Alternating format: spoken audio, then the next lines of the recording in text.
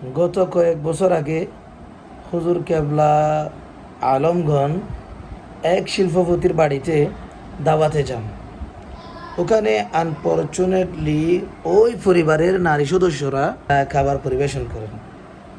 তিনারা সুন্দরভাবে হিজাব করেছিলেন এবং পর্দা করেছিলেন, শুধুমাত্র তাদের মুখগুলো দেখা যাচ্ছিল। এই ভিডিওটা বাতেলরা, বেদাতিরা বারবার জলুস আসলে, 12 রবিউল আউয়াল আসলে ফেসবুকের মধ্যে দেয়।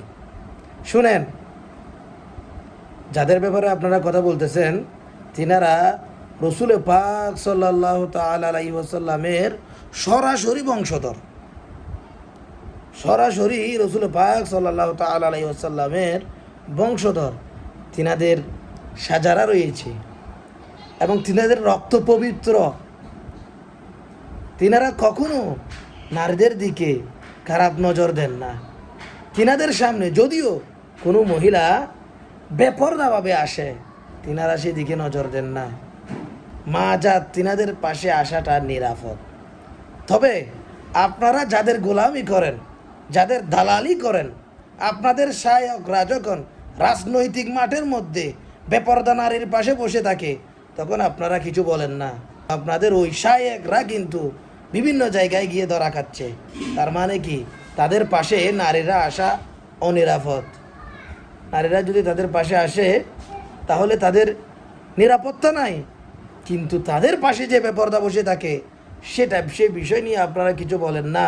অথচ আওলাদে রসুল, যাদের রক্ত পবিত্র, যাদের পাশে কোনো নারী বেপরদাভাবে যদিও আসে, তাদের নিরাপত্তা রয়েছে, তাদের পাশে এসেছিল পর্দা করে।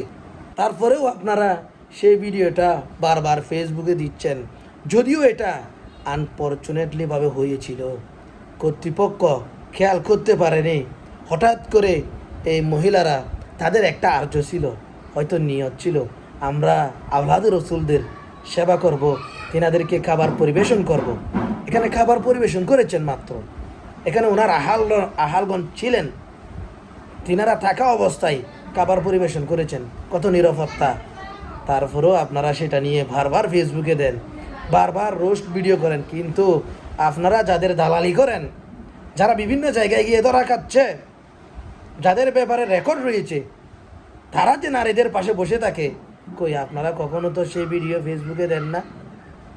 তিনাকে সতর্ক করেন না, আপনার তো অতীতের রেকর্ড খারাপ, আপনি কোনো মহিলার পাশে বসবেন না। কই এই বিষয়টা আপনারা কখনো বলেন না। তাহলে কি বোঝা যাচ্ছে? আপনারা দুনিয়ার গোলামি করতেছেন, আপনারা শরীয়তের পক্ষে কথা বলতেছেন না, আপনারা রাজনৈতিকভাবে দুনিয়ার গোলামি করতেছেন।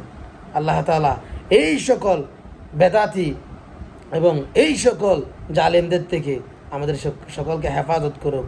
ঈদে মিলাদুন নবী জিন্দাবাদ। জশ্নে জুলুসে ঈদে মিলাদুন নবী জিন্দাবাদ।